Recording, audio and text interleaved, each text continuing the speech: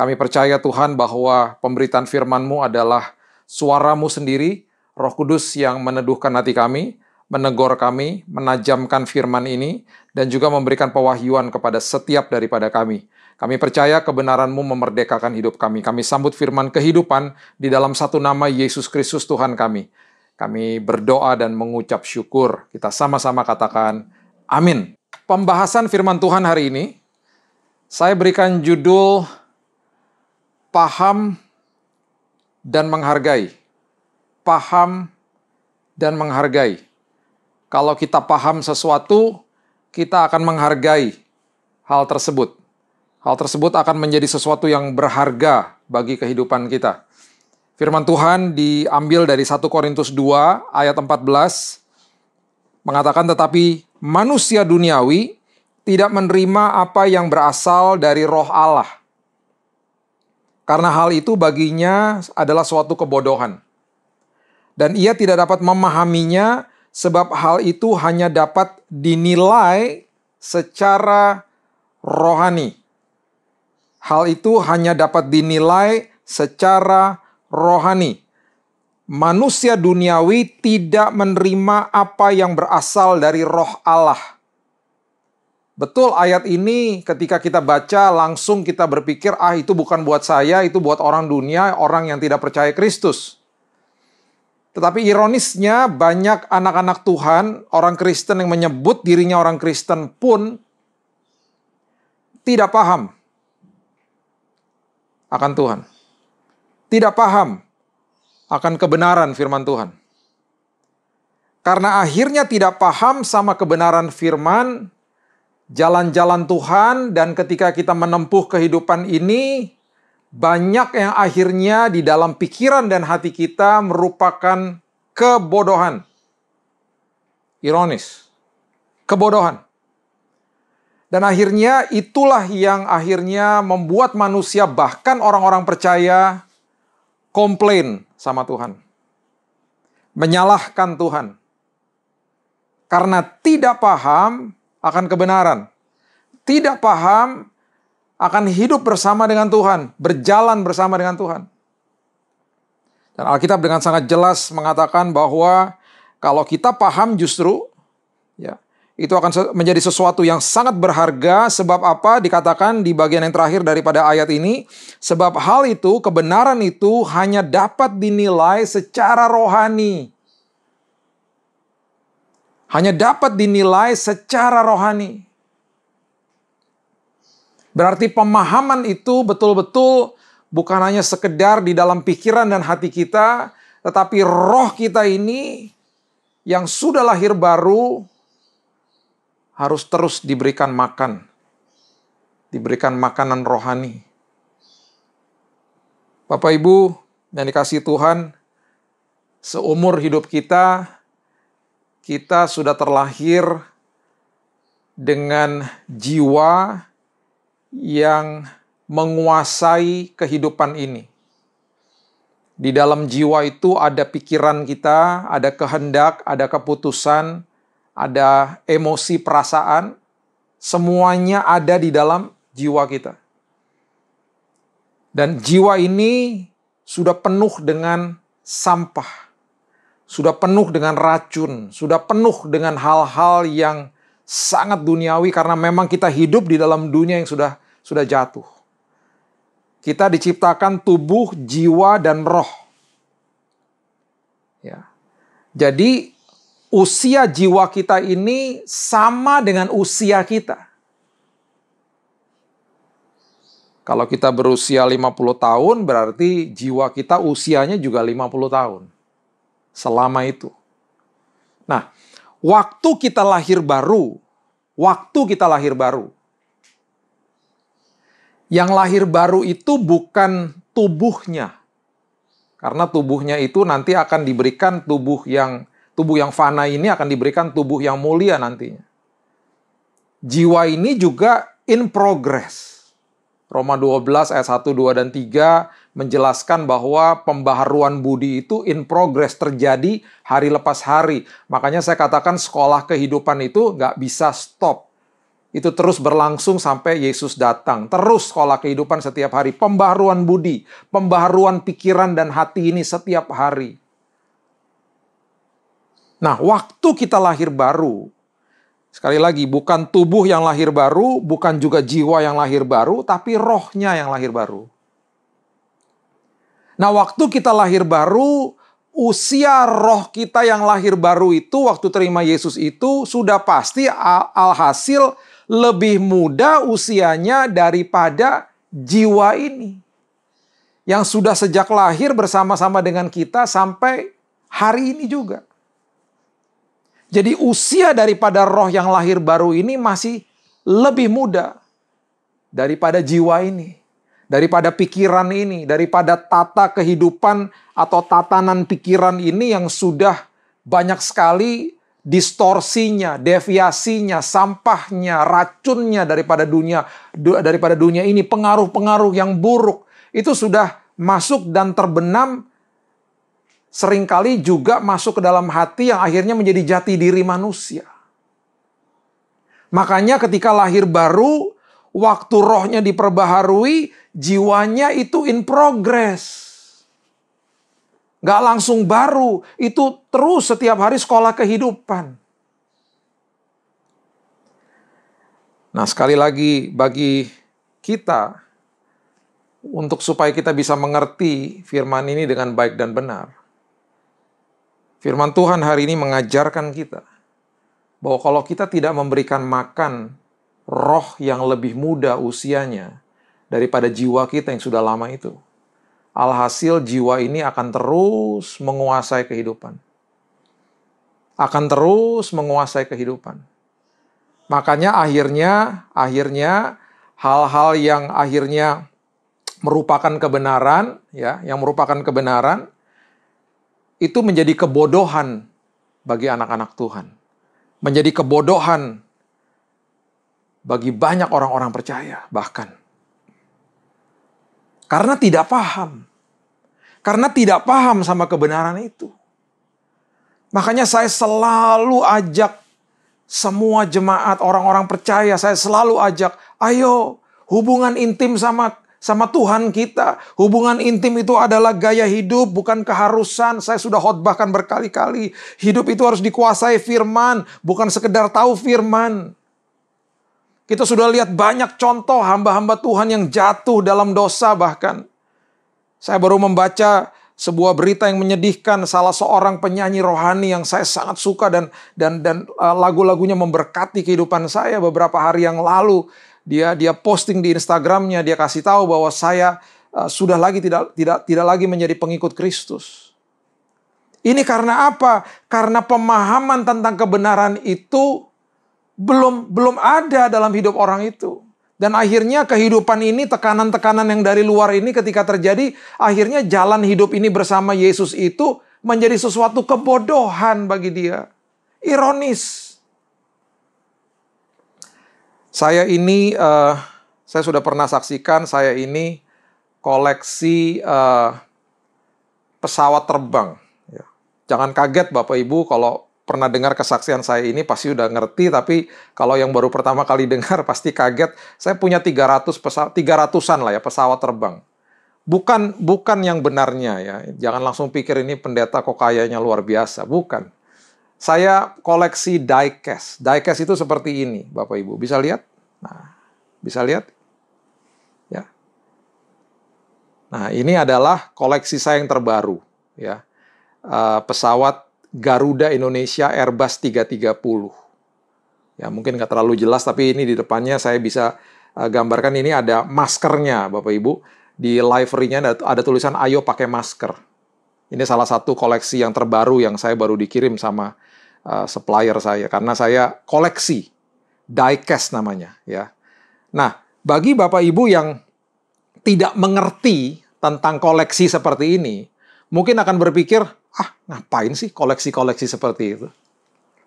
Tapi karena saya paham koleksi ini betul-betul bisa akhirnya merupakan sebuah investasi bahkan, ini jadi berharga bagi saya. Ya, saya diajarkan dari awal harus simpen boxnya, Ya, satu pesawat ini hanya dibuat limited edition cuman 100. Dalam waktu 1 tahun harganya bisa 2-3 kali lipat gitu ya. Jadi bisa dijual lagi dan lain sebagainya. Jadi ketika mengerti, ketika paham, jadi berharga. Jadi bernilai.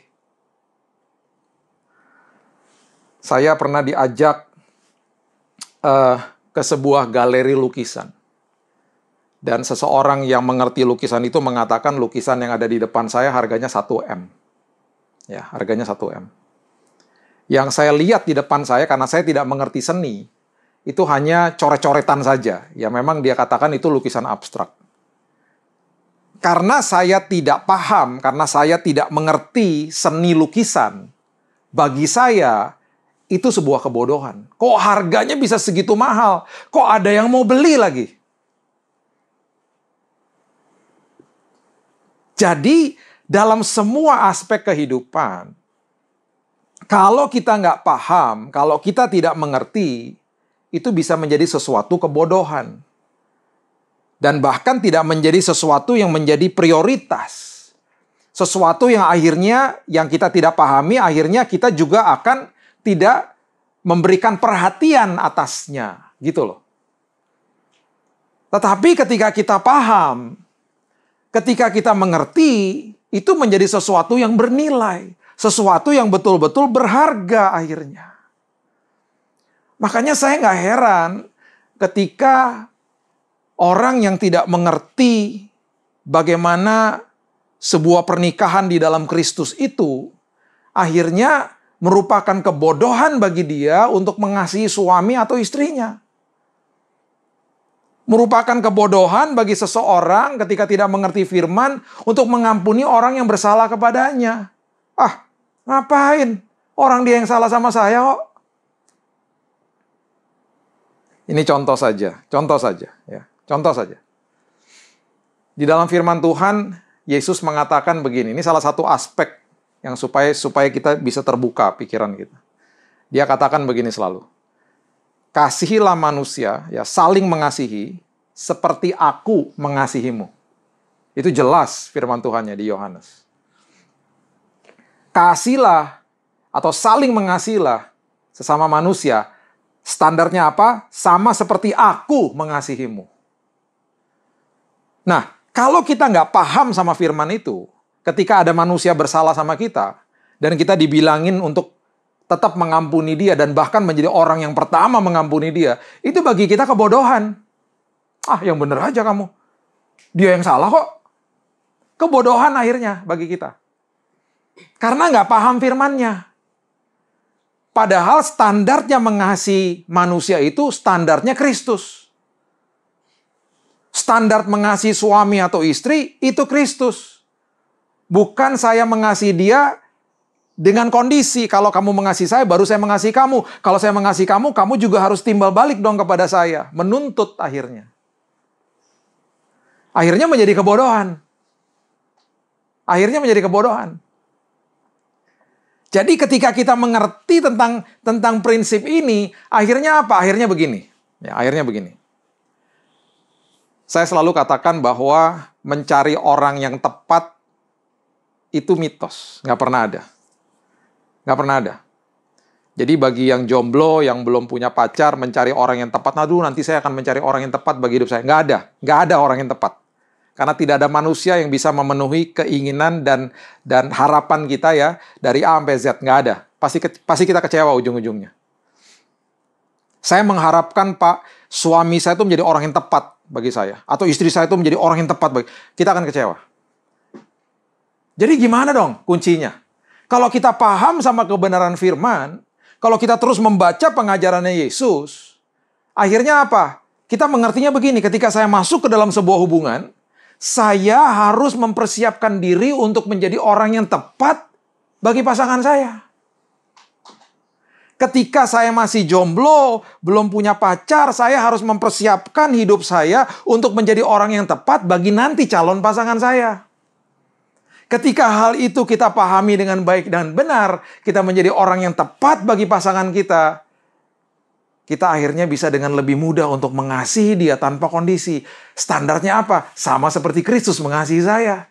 Karena ribuan tahun yang lalu ketika dia mati di kayu salib, kita belum hadir, kita belum ada, kita belum lahir. Dan dia mati bagi semua umat manusia. Dan dia tahu banyak manusia yang akan menolak keselamatan yang diberikan dengan cuma-cuma. Pengorbanan yang begitu besar. Masih banyak sampai hari ini ditolak oleh banyak manusia. Dia tetap mati bagi semua umat manusia. Karena dia mengasihi tanpa kondisi. Dan itu yang diajarkan kepada kita. Kalau kamu masuk ke dalam sebuah hubungan, kasihilah, hubungannya saling. Dan itu saling itu berarti apa? Standarnya apa? Bukan standarnya pasangan kamu. Standarnya adalah aku. Ketika aku mengasihimu, itu standarnya. Berarti apa? Saya harus menjadi orang yang tepat bagi pasangan saya. Walaupun dia nyebelin, walaupun dia melukai hati saya, tetap saya akan mengampuni kamu sama seperti Kristus mengampuni saya. Saya akan menjadi orang yang tepat bagi hidupmu. Itu ketika kita paham seperti itu, kita merdeka. Pernikahan kita jadi berharga dalam hidup ini. Ada dua orang yang datang ke rumah saya, bertemu dengan kami beberapa bulan yang lalu. Pastinya dengan protokol kesehatan. Kami juga berhati-hati tidak sembarangan terima tamu. Jadi antigen dulu dan lain sebagainya, dan kemudian mampir ke rumah kami karena teman ya, kami kenal mereka dengan baik dan minta konseling pranikah. Saya selalu bertanya, dasar daripada pernikahan itu apa? Kemudian mereka beritahu, kasih, Pak. Betul. Kemudian saya tanya lagi, kasih itu apa? Kasih itu apa bagimu? Definisi kasih. Mulai nggak bisa jelaskan. Akhirnya ketika kita ngobrol-ngobrol, sampai 3 jam kita ngobrol, saya mulai kasih tahu bahwa dasar daripada sebuah hubungan bukan sekedar kasih, tapi pengetahuan tentang kasih itu apa. Aplikasinya, bukan sekedar doktrinnya, aplikasinya itu apa. Ngobrol, setelah selesai 3 jam, mereka katakan begini, Pak, setelah kami memahami nilai daripada sebuah pernikahan itu, akhirnya pernikahan itu menjadi sesuatu yang sangat berharga. Setelah kami paham. Dan akhirnya karena kami paham bahwa itu sangat berharga, kami belum layak untuk masuk ke dalam pernikahan. Kami belum siap untuk masuk ke dalam pernikahan itu. Karena itu sangat berharga. Alhasil, mereka akhirnya menunda hari pernikahan mereka. Menunda. Karena apa? Ketika kita paham,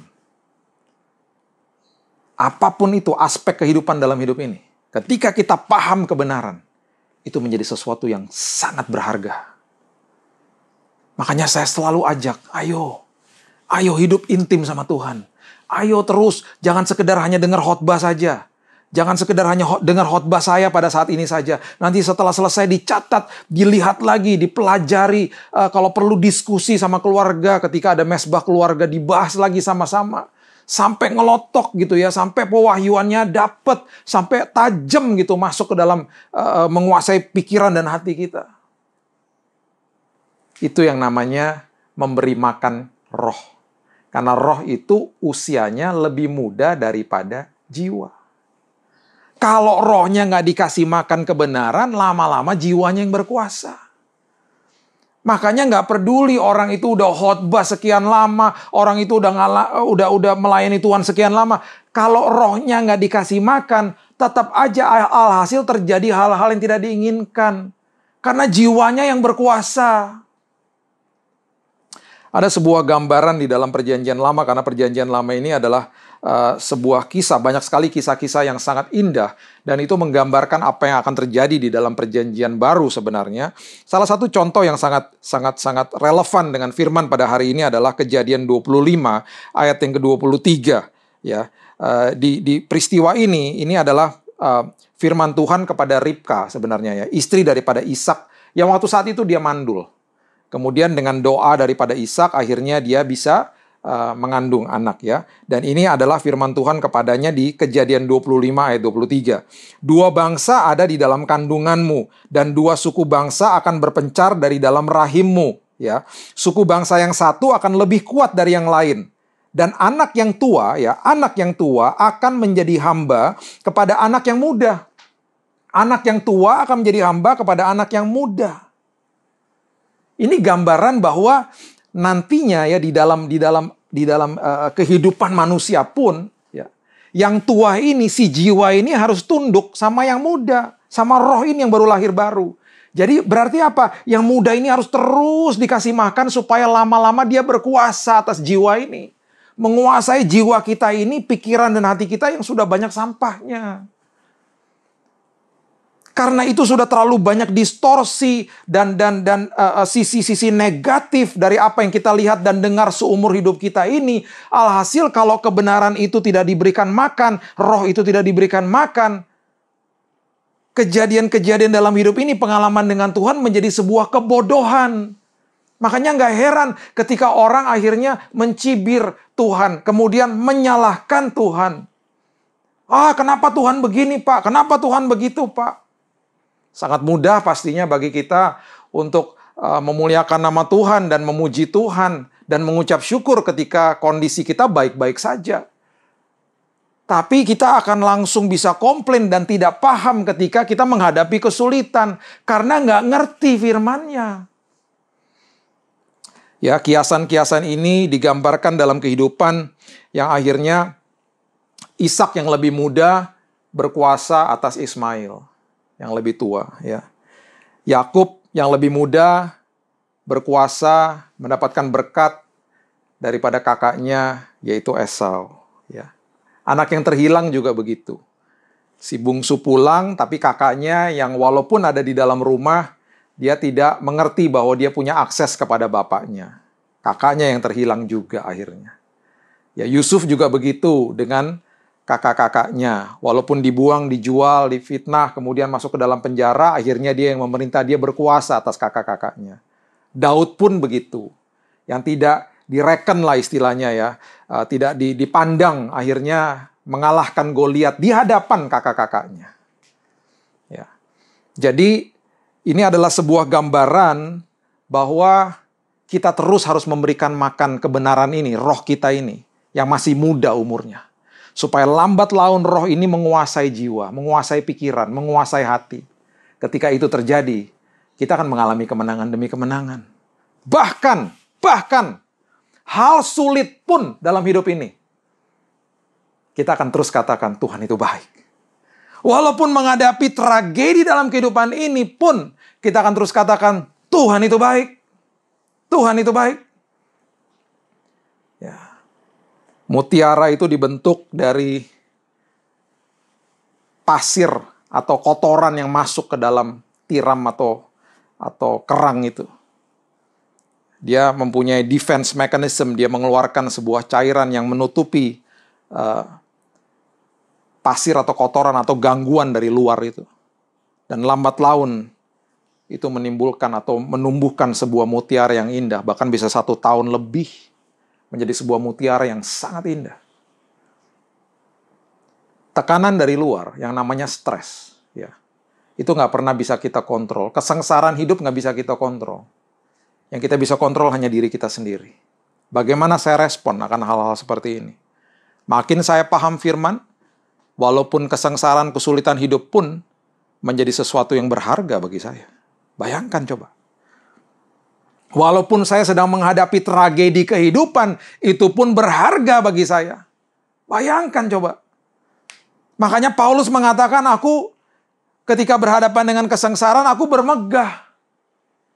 Karena itu kesempatan di mana aku belajar tekun. Kesempatan itu bagi dia. Karena ketika aku belajar tekun, akan timbul tahan uji. Akan timbul pengharapan di dalam Kristus yang tidak pernah mengecewakan. Dahsyat. Bahkan tragedi kehidupan pun menjadi sesuatu yang berharga. Karena apa? Paham sama firman. Paham sama kebenaran. Saya selalu katakan, jangan sekedar baca Alkitab. Biarkan Alkitab membaca kita. Biarkan firman baca kita. Supaya kita terus tahu bahwa Tuhan, ini loh, dalam aspek hidup ini aku harus diubahkan Tuhan. Tuhan, terus tolong saya Tuhan. Aku terus mau menyangkal diri setiap hari Tuhan. Ini sudah akhir zaman. Dan ketika kita paham sama kebenaran firman, dan itu menjadi sesuatu yang berharga, kesulitan pun kita akan lalui dengan kemenangan demi kemenangan, Bapak Ibu. Bukan sekedar hanya menuntut Tuhan saja untuk melakukan ini dan itu. Tapi terlebih daripada itu, kita mengerti bahwa ketika kita melewati masalah, Tuhan mau kitanya yang berubah. Kitanya yang diubahkan Tuhan. Karena apa? Rasa sakit itu selalu ada. Dan kita juga harus mengucap syukur buat rasa sakit. Supaya apa? Kita bisa datang ke hadiratnya dan berdoa. Bayangkan kalau kita nggak punya rasa sakit, kita pegang tekok panas, kita bisa terluka. Tuhan memberikan saraf dalam hidup kita yang bisa merasakan sakit. Jadi ketika pegang tekok panas dan itu sakit, itu tanda dan itu memberitahu otak kita untuk menarik tangan kita. Ketika ada rasa sakit, kita mengucap syukur, terima kasih Tuhan. Ini tandanya memang saya harus bertekuk lutut dan terus berdoa Tuhan. Makin dekat dengan Tuhan. Bapak Ibu yang dikasihi Tuhan. Bahkan ketika kita melewati hal-hal yang merupakan proses daripada kehidupan, kita akan mengerti apa yang Tuhan mau lakukan dalam hidup ini. Ya, Ulangan pasalnya yang ke-28, ayatnya yang ke-6. Ya, saya selalu mengutip ayat-ayat ini di dalam doa berkat saya dan saya merasa bertanggung jawab untuk menjelaskan arti daripada ayat-ayat ini. Ya, nanti di doa berkat saya pasti akan mengucapkan hal-hal ini. Tapi saya tidak mau jemaat Tuhan itu salah mengerti.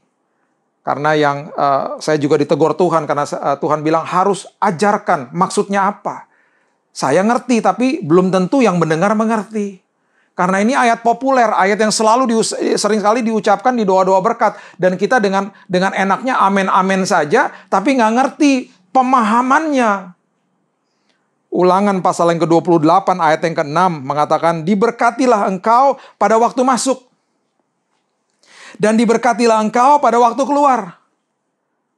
Ini kalau diucapkan di dalam sebuah gedung gereja, kita akan berpikir bahwa yang penting saya masuk ke dalam gedung gereja, nanti kalau saya keluar, saya pulang, saya diberkati Tuhan. Nggak begitu sebenarnya. Nggak gitu. Saya mohon maaf, selama ini saya nggak jelaskan. Saya mohon maaf. Nggak begitu.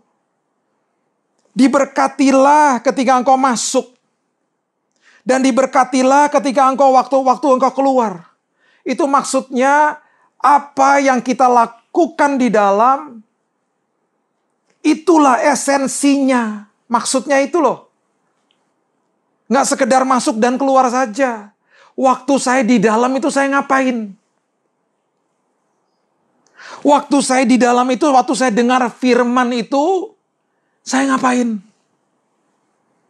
Apakah itu angin lalu saja, atau saya bilang sama Tuhan, Tuhan aku mau ngerti. Aku mau hidupku dikuasai firman. Apa yang kita lakukan di dalam, itu yang menentukan kehidupan kita. Kita semuanya bisa masuk kamar mandi ketika kita mau mandi. Tujuan kita supaya apa? Supaya bersih. Tapi apa yang kita lakukan di kamar mandi itu adalah esensinya. Itulah pentingnya ada di dalam kamar mandi itu ngapain? Waktu anak kami yang kedua masih kecil, istri saya pernah suruh dia mandi lagi. Karena waktu dia keluar, dia lupa sabunin kakinya. Kakinya masih bau. Kamu kok bau, Dek? Katanya udah mandi. Pakai sabun? Pakai katanya gitu. Yang disabunin apanya? Badannya aja. Kenapa kakimu kamu nggak sabunin? Lupa. Ayo mandi lagi. Jadi bukan berarti saya masuk kamar mandi, keluarnya saya langsung bersih otomatis. Enggak. Apa yang kita lakukan di dalam itu yang paling penting. Mohon maaf saya nggak jelasin ini. Dan dengan enaknya jemaat bilang amin, amin. Dan akhirnya banyak yang berpikir kalau saya masuk, saya nanti keluar, saya nonton, saya masuk ke dalam ibadah online ini, nanti selesai saya doa berkat, amin. Udah nanti saya diberkati. Enggak gitu. Bukan itu maksudnya. Dan nanti ketika ada masalah kita tidak menghargai kebenaran itu. Kita komplain sama Tuhan karena itu kebodohan bagi kita. Karena nggak paham. Masuk dan keluar itu yang paling penting. Ketika di dalam itu ngapain? Ketika dengar firman itu ngapain? Berubah nggak? Membiarkan firman membaca kita nggak? Saya percaya lewat ibadah pada hari ini, kita mengambil keputusan untuk terus mau paham sama firman Tuhan. Supaya walaupun ada kesulitan hidup pun, kesulitan itu pun berharga bagi kita. Justru itu kesempatan bagi saya untuk lebih berubah lagi karakter saya seperti Kristus.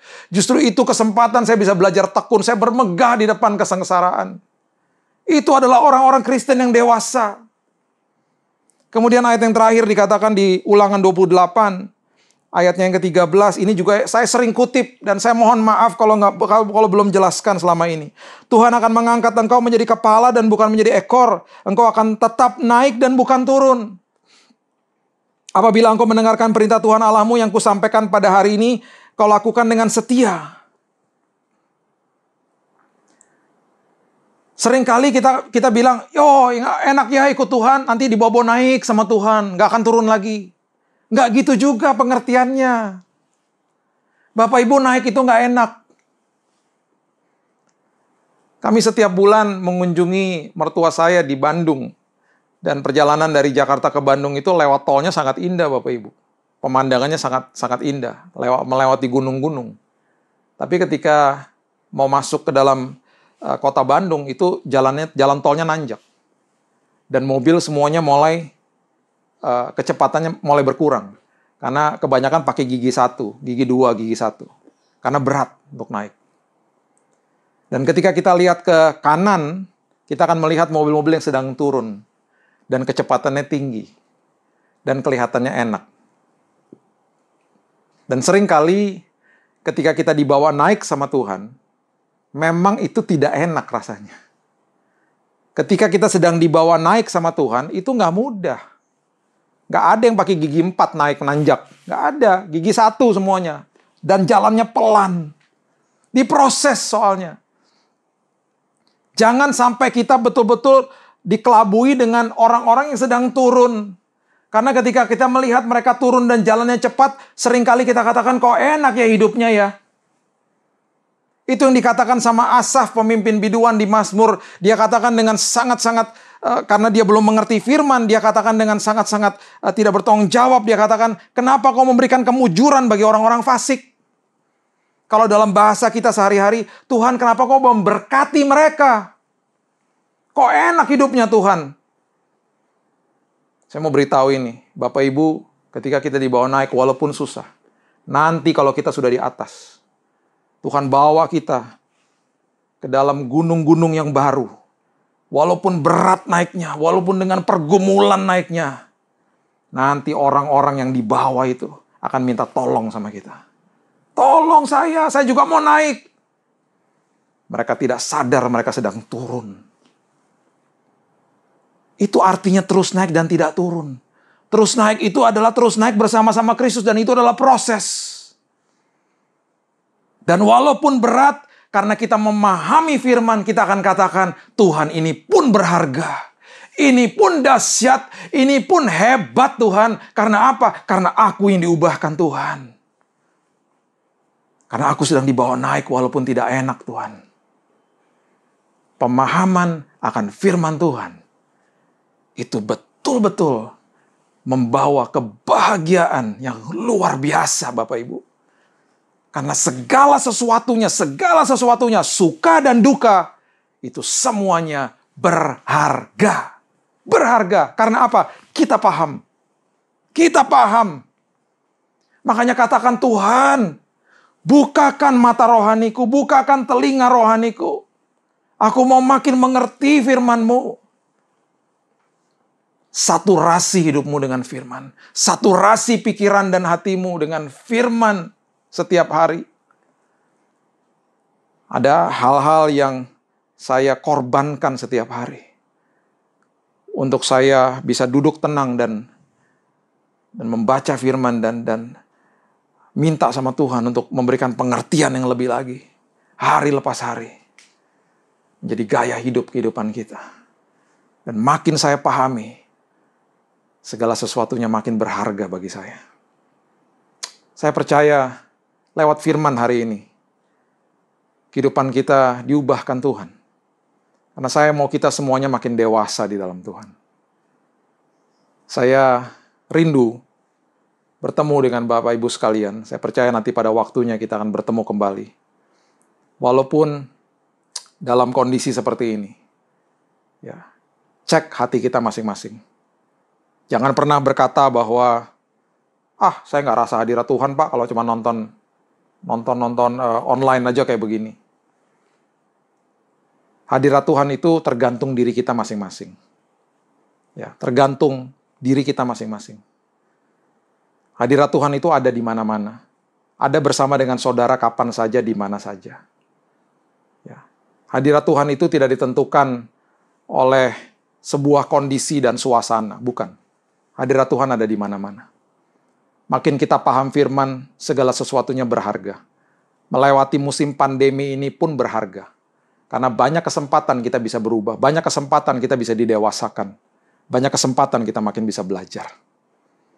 Jadi saya percaya melewati firman ini, apapun yang kita lewati dalam kehidupan ini bukan merupakan kebodohan, tapi merupakan sesuatu yang sangat berharga di dalam Kristus Tuhan. Mari kita berdoa.